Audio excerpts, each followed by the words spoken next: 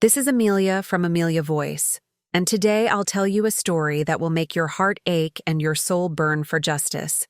Because it begins with a leash hanging like a noose on a silent hook and ends with a door you would never expect to slam shut. When I say the leash, I mean the red one, the one with the little chew marks where Daisy, my dog, my shadow, my therapy with paws, used to gnaw when she got nervous during thunderstorms. It was still warm from the sun when I reached for it, which is how I knew they hadn't been gone long. The house smelled like their coffee and her shampoo and a certain kind of hurry, and when I called Daisy's name, all the sound that answered was the steady, humiliating tick of the kitchen clock. I walked from room to room, still half smiling, expecting a pounce or the soft huff of her breath from under my bed. You know that feeling where your mind throws you a lifeline of denial? I was grabbing at it with both hands. But Daisy was gone, and there was a note on the island, folded with the same tight-pressed corners my mother used for the napkins on Thanksgiving. "We gave Daisy to a responsible family," it said in my mother's slanted cursive, "to teach you responsibility." The O of responsibility had a tiny star inside it, like a wound someone didn't know how to stitch. My chest turned cold and then went hot, like a storm moving backward. It wasn't that they were strict I could survive. It was that they liked lessons that hurt. They had always preferred consequences to conversation, lectures to listening, turning love into a chalkboard where your grades were displayed for the neighborhood. "If you can't make time for her," my father would say, "then what will you make time for?" As if I hadn't juggled 3 part-time jobs and night classes and the endless paperwork they handed me the day my father forgot his online banking password for the 6th time. As if Daisy wasn't the one who got me through the winter I thought the sun had died and no one told me. They called it a life skill, but it was really a dare. Prove how much pain you can take while still setting the table at 6. That morning, that execution, they didn't tell me they were loading Daisy into the back of a stranger's SUV. They didn't let me hold her face in my hands and kiss the spot between her eyes. They didn't even give me a chance to argue, because control is easier when the subject is absent. I tried the calm approach first. I called my mother. "Where is she?" I asked, and already my voice was something I didn't recognize. "Where did you take Daisy?" She began with that sugar I knew too well. "Sweetheart, you know you've been so busy. We didn't want Daisy to suffer for your schedule." The words, "didn't want Daisy to suffer," sliced me clean in half. They were wearing concern like a mask that didn't fit. I reminded her that I woke up early to walk Daisy, that my lunch breaks were spent throwing the ball in the yard, that every night she slept pressed into the bend of my knees like she'd learned to be a comma in my sentence and not a period. She sighed. "This is what responsibility looks like," she said, as if responsibility was theft and not care. My father got on the phone without greeting me and repeated the script. It was for my own good. I needed to learn put-pet-away competence, and I should be grateful they'd found a family with a fenced yard and 2 children who don't have their heads in the clouds. I hung up before the words broke me into pieces I wouldn't be able to reassemble. And then I sat on the kitchen floor where Daisy used to stretch in a perfect bow, where her fur gathered against the baseboards in soft constellations, and I cried in that ugly animal way where your nose goes numb and your ears ring. When you love something that cannot sign a consent form, you become a promise. They tore that promise out of me like it was wallpaper and told me the new color would look better. In the hours that followed, people came and went as if nothing had shifted the axis of the earth. The mailman tapped the lid of the mailbox. A school bus exhaled at the corner. A neighbor laughed too loudly into her phone about a recipe that doesn't even need real butter. Time didn't stop, which felt like the most violent part. I spent the afternoon calling every shelter, every rescue, every friend of a friend who might have heard something about a golden shepherd mix with 1 white sock and a bark that sounded like she was trying not to raise her voice. No one had seen her. My mother had left no number for the responsible family, which was deliberate because accountability was always for other people. I slept that night with Daisy's collar in my fist, as if the small circle of leather could be a key that fit any door. In the morning, I started to remember the paperwork. It's funny what grief attaches itself to. A texture, a smell, a line in a contract. When my father's hours were cut last year, they refinanced the house, and because my credit was good and theirs was battered, they pushed the pen into my hand. "Just to help us qualify," my mother had said, eyes shiny with gratitude that looked almost real. I wasn't just a co-signer. I was something else, a phrase I hadn't thought about since the closing. Authorized executor of the mortgage in the event of non-performance. Back then it sounded like a spare tire you never hoped to use. They'd made a ceremony of my signature, clapping when the notary stamped the stack, hugging me in that stiff way people do when they're celebrating a thing they hope you don't understand. But I had understood enough to ask questions, and those questions turned into access, statements, portals, alerts. When the bank called, it was me they called. When escrow needed adjusting, it was me who held the lever. "You're so responsible," my mother had said then, a ribbon-tied compliment that would be cut later with the sharpest scissors. I didn't think about revenge yet. I thought about leverage. Not the kind that hurts you back, but the kind that moves the object you cannot lift alone. I remembered the grace period dates and the penalties that didn't look like penalties at first. I remembered the clause about occupancy and pets and non-disclosure of material changes. I remembered most of all that they had turned my love into a test and expected me to fail. Here's something important. There is a difference between anger that explodes and anger that plants. The kind that explodes can be swept up. The kind that plants takes root in the ribcage and grows fruit with skins tough enough to carry across a decade. I made tea with hands that shook and opened the mortgage portal, not with the intention of making them hurt, but with the intention of making them listen. Daisy's absence had left a cavity where my breath used to be. I decided to fill it with air that could crack the paint. I drafted an email to the lender asking for documentation on the occupancy certification they'd signed, the annual property inspection my parents had ignored, the insurance rider they'd let lapse, and whether the recent transfer of a household animal to a third party needed to be reported to maintain the homeowner's discount they bragged about at Christmas. I wrote carefully, without the heat that would betray me, because the game they had taught me was simple. The calmest voice moves the heaviest furniture. I didn't hit send, not yet. Instead, I printed the draft and stuck it under a magnet shaped like a bone on the fridge where only we would see it, a private flag planted on occupied ground. Then, I walked to the empty hook and ran my thumb over the groove Daisy's leash had drawn over the years. A small canyon in cheap wood. "I'll find you," I whispered into the quiet, not because I believed words could bend time, but because vows, like dogs, understand tone.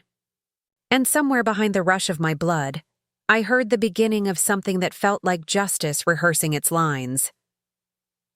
When I woke the next morning, the air felt heavier, like the house itself knew what I was about to do. I hadn't slept much. My dreams were just loops of Daisy's eyes looking back through a car window that never existed, and my mother's voice saying responsibility like it was scripture carved into my skin. I got up before sunrise and opened my laptop, my fingers trembling over the keys not from fear, but from a quiet, molten focus. Revenge isn't born in chaos, it's born in order. I logged into the mortgage portal, the same one that had once been a symbol of trust, and began sorting through every document, every email, every clause that tethered my parents' roof to my name. Each line was a string, and I was learning where to pull. They had always underestimated me, mistaking silence for weakness, mistaking obedience for love. They had forgotten that the responsible one remembers details. I started by forwarding copies of the loan agreement to my private drive, labeling them neatly by date. Then I went deeper, past the payments into the notes section, where I saw reminders about insurance deadlines and inspection dates. There it was. Failure to maintain property insurance may result in default. They hadn't paid that in 3 months. A small thing, a missed box, but a box that belonged to me now, and when you hold the paper, you hold the house. Still, I hesitated. There's a kind of ache that comes with realizing your revenge target shares your DNA. I remembered my father teaching me how to balance a checkbook. How proud he'd been when I solved an algebra problem he couldn't. I remembered my mother brushing my hair before school. humming off-key while Daisy snored beside us. For a second, I almost closed the laptop, almost let it all slide into the swamp of forgiveness where so many injustices go to die. But then I saw Daisy's collar glinting on the counter. I thought about how she'd whine softly whenever she saw my mother's suitcase because she hated being left behind. I thought about the empty space by my bed where she used to dream, paws twitching as if chasing something she'd never catch again. My hesitation turned into steel. I wasn't just taking revenge. I was collecting a debt. I called the shelter hotline again, pretending to be an adopter looking for a golden shepherd mix. Medium size, one white paw? The woman on the phone paused, then said softly, "We had one like that come in 2 days ago, but she's already been placed." My throat closed. "Can you tell me where?" I asked, trying to sound casual, but the tremor betrayed me. "Sorry," she said. "We're not allowed to share adopter information. Privacy policy." I thanked her and hung up, my pulse pounding. My parents had moved fast, too fast for it to be random. They must have arranged this before the note, before the conversation, maybe even before the weekend barbecue where my father told the neighbors how proud he was of me, handling grown-up responsibilities. I could see it now. The smiles, the rehearsed lines, the car already idling with Daisy inside. They'd been planning this lesson for weeks. That's when the guilt evaporated, leaving only focus. I spent the next few days pretending everything was normal. I called them, asked about dinner plans, let them think I was thawing. "See?" my mother said once, her voice sweet with false victory. Sometimes tough love works. I smiled through the phone, even laughed, because the best revenge stories begin with calm weather. Meanwhile, I gathered proof. Emails, late notices, insurance gaps, unfiled reports. Each document was a seed, and I was patient enough to wait for them to bloom. I also started calling local realtors, asking quiet questions about upcoming foreclosures in our area. One agent mentioned a property whose owners might be slipping. The address she gave me made my stomach drop. It was theirs, mine, ours. That one could hit pre-foreclosure in 60 days, the agent said. Sad story. Some families just don't manage their paperwork. My laughter was silent but bright, like lightning behind glass. That night, I drafted a letter, not to them, but to the bank. I wrote in the same polite, measured tone my mother used when sending Christmas cards to people she secretly disliked. I notified them of potential non-compliance and requested clarification on occupancy and insurance coverage under the terms of the mortgage agreement. I attached the evidence and hit send. There was no undo button, but I didn't need one. The moment the message left my outbox, I felt something lift off my chest. Not joy, not satisfaction, but space. The kind of space where justice might grow.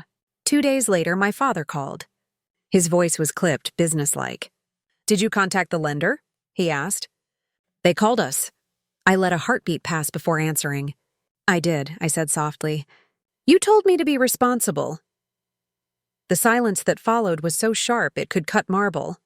"You don't know what you've done," he said finally, but his voice wavered, like a man reading a verdict he thought he'd never face. "I know exactly what I've done," I replied. "And I'm not done yet." I hung up before he could speak again. The power didn't thrill me. It steadied me. For the first time in years, I wasn't the child waiting for permission. I was the executor, and that word didn't sound legal anymore. It sounded divine. That evening, I went for a walk along the streets Daisy used to love, listening to the wind, the way it seemed to whisper against the trees like gossip. Somewhere she was alive, loved maybe, but not by me, and that was a wound that no justice could clean. But revenge doesn't always heal. Sometimes it just levels the ground. When I got home, I saw the red leash still hanging, swaying slightly, as if someone had brushed past it. Maybe it was the draft. Or maybe Daisy's ghost was reminding me, don't stop now. So I didn't. I started writing again. Letters, forms, inquiries, each one another stone in the avalanche I was building. My parents thought they'd taught me responsibility. What they really taught me was precision. The days that followed felt like living inside the eye of a storm that had forgotten to move. My parents didn't call again, At least not right away. I think they were too busy dealing with the polite but merciless machine of bureaucracy I had set in motion. I could imagine it. The envelopes arriving with government seals. The phone calls that started with, "We're just following up." The realization dawning on their faces that the safety net they thought they'd built from my signature was now tightening around them. I didn't gloat. There was nothing to celebrate. Revenge isn't laughter. It's silence so loud it fills your bones. At night, I would lie awake, listening to the house breathe. Without Daisy, every sound was too big.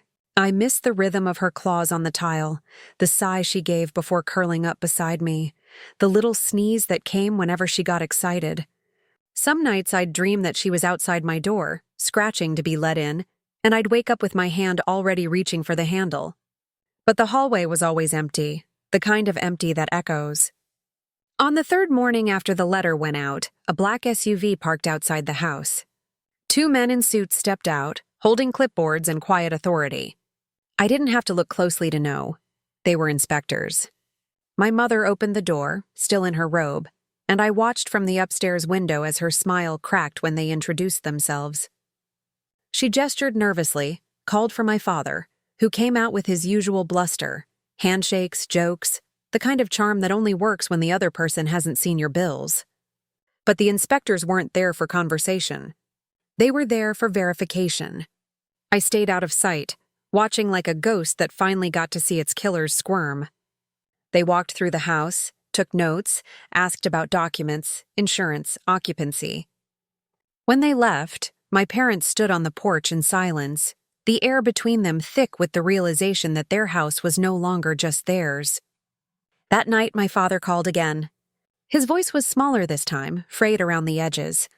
"We could lose everything," he said. "The mortgage company's threatening default. They said it's your name on the agreement, and any lapse could affect you too." I let him talk, let him dig the hole deeper with every plea. "We can fix this," he said, "but we need your help. We'll call the insurance, we'll pay the penalty. You just have to tell them you didn't mean to file the report." The way he said "you didn't mean to" made me want to laugh and cry at the same time. That was the problem.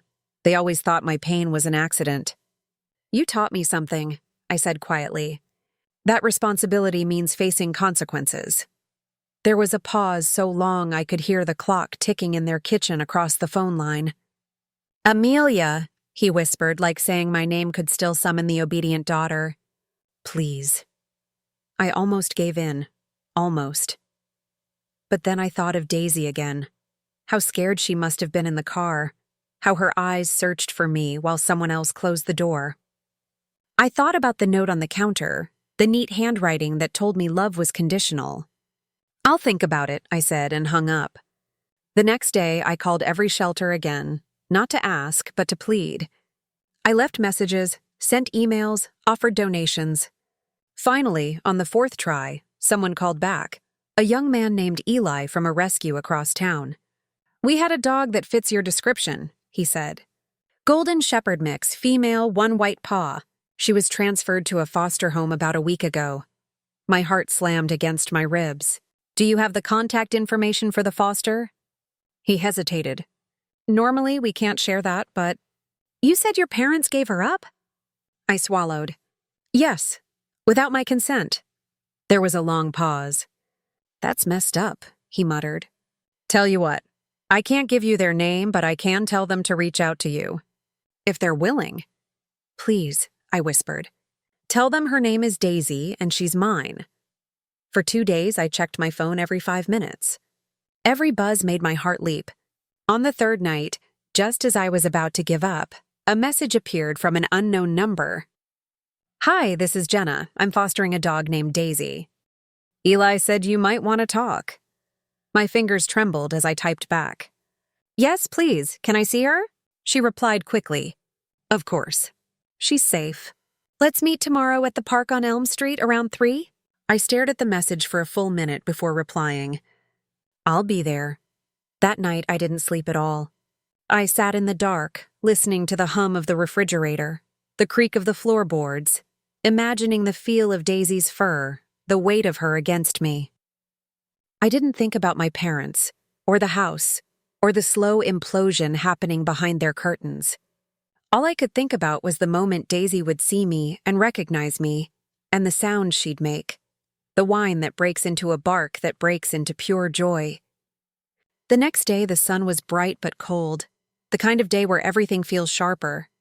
I got to the park early, standing near the fountain, my hands shaking so hard I had to stuff them in my pockets. Every passing dog made my heart lurch, but none of them were her. Then I saw her, coming around the bend, tail high, fur catching the light like fire. For a second, I couldn't breathe. Daisy looked stronger, cleaner, her coat brushed, her eyes alert. But when she saw me, her body froze. Then she barked, once, twice, and tore across the grass, leash trailing, as if the earth itself had remembered our story. When she hit my arms, everything I'd been holding in shattered. I sank to my knees, burying my face in her fur, whispering her name over and over. Jenna stood a few feet away, smiling softly, her eyes kind. "She really missed you," she said. I looked up at her through tears. "You have no idea." We talked for a while, about Daisy's routine, her food, her quirks. Jenna said she'd been planning to keep her, but after hearing my story, she knew Daisy belonged with me. "Just promise you'll never let her go again," she said. "Never," I whispered. When I drove home, Daisy curled up in the passenger seat, her head on my lap like old times. The house looked smaller when I pulled into the driveway, its windows tired, its secrets exposed. I carried Daisy inside, let her sniff the air, the corners, the ghosts. For the first time in weeks, it felt like something in the world was right again. But as I watched her settle into her old bed, my phone buzzed with a message from my mother. "We need to talk. Urgent." I looked at Daisy, then at the phone. "Let them wait," I said softly. Because the girl they'd tried to teach responsibility had finally learned it, but not the way they wanted. The message from my mother sat on the screen, glowing like an ember I refused to touch. I knew what it would say before I even opened it. Apologies dipped in guilt, rationalizations dressed as regret, words that sounded like love but smelled like fear. Still, curiosity is a cruel whisper, and mine won. "We didn't mean for it to go this far. The bank says we have 30 days to fix this. Please, Amelia, you're our daughter. We love you. We just wanted to teach you something. Don't destroy us over a dog." I stared at that last sentence until it blurred. Over a dog. As if Daisy was a misplaced toy. As if the nights she licked my tears. The morning she woke me from nightmares. The way she filled the silence with life. All of it was nothing more than a lesson in their moral curriculum. The word destroy pulsed like a bruise. I typed a reply and deleted it 3 times before leaving the phone face down on the table. Daisy's head rested on my knee, her eyes patient, forgiving. Forgiveness. That word used to feel holy. Now it just felt like surrender. I brushed her fur, breathing in that warm, earthy scent I'd missed so desperately. "You're home," I whispered, though part of me knew home wasn't the same anymore. Later that evening, I opened the portal again. The inspection report had been filed. Violations noted, compliance failure documented. My parents had 30 days. She'd been right. 30 days before default. 30 days before the house, the one they'd guarded like a throne, became a number in someone else's ledger. I could have stopped it. One phone call, one email, one signature, and the process would freeze. Instead, I drafted something different. A letter of transfer, moving all executor authority to a trust in my name alone. The legal words looked sterile, but I could feel the electricity humming beneath them. I signed it, scanned it, sent it. Then I sat back and exhaled for what felt like the first time in years. Daisy stirred, watching me with those eyes that had always seen too much. "I know," I said softly. "This isn't who I was. But maybe it was who I had to become." The next morning I drove to their house, not out of pity, but closure. The lawn looked untrimmed, the mailbox overflowing, the curtains drawn like they were hiding from daylight. My father opened the door before I could knock. He looked smaller, thinner, his authority wilted. My mother stood behind him, clutching a coffee cup like a shield. "You came," she breathed, and for a moment I saw the flicker of hope that maybe the old rules still applied, that I'd fold, that love meant obedience. "I came to say goodbye," I said. My father's jaw clenched. "You're really going to let strangers take our home? After everything we've done for you?" The laugh that escaped me was short and sharp. "Everything you've done to me, you mean?" My mother's eyes filled with tears, but I didn't move to comfort her. "We made a mistake," she said, her voice trembling. "We just wanted you to grow up, to understand what it means to take care of something." "You gave away the only thing I ever took care of," I said, my throat tightening. "You taught me that love has conditions, that trust is a leash, and now you're standing here wondering why the leash is on your neck instead of mine." My father's face went pale. "You don't mean that." I looked at him, steady, calm. "I didn't mean for you to lose your house either. But you'll survive. You always do." Behind me, Daisy barked once from the car, a sound that cracked the silence in two. My mother's tears spilled then, real ones this time. "Amelia, please. She's just a dog." "No," I said, stepping back. "She's the part of me you couldn't break." I turned and walked away before they could say another word. Daisy greeted me with her tail wagging like forgiveness itself, and I felt something shift. Something that wasn't quite triumph, but wasn't grief anymore either. As I drove away, the house shrank in the rearview mirror until it was nothing but a dot, a memory fading into the horizon. The next week passed quietly. The foreclosure notice went through, and within days the property was listed online. Price reduced, motivated seller. I didn't smile when I saw it. I just felt an odd stillness, like watching the end of a storm that had already done its damage. I rented a small place by the water, with enough room for Daisy to run. Every morning we'd walk along the shore, the waves licking at our feet, the sky wide and forgiving. Sometimes I'd catch myself whispering apologies to the wind, not because I regretted what I'd done, but because revenge, even when justified, leaves ghosts. Still, every time I looked at Daisy, her joy, her freedom, the light back in her eyes, I knew some ghosts were worth living with. Months later, I got a letter in the mail, handwritten in my mother's looping script. "We're starting over. I hope one day you'll let us explain." I folded it neatly and placed it in a drawer beside Daisy's old leash. Some stories don't need explanations. They just need endings. On our evening walks, I sometimes imagine Amelia voice narrating the whole thing, her tone soft and haunted, saying, "This is Amelia from Amelia Voice."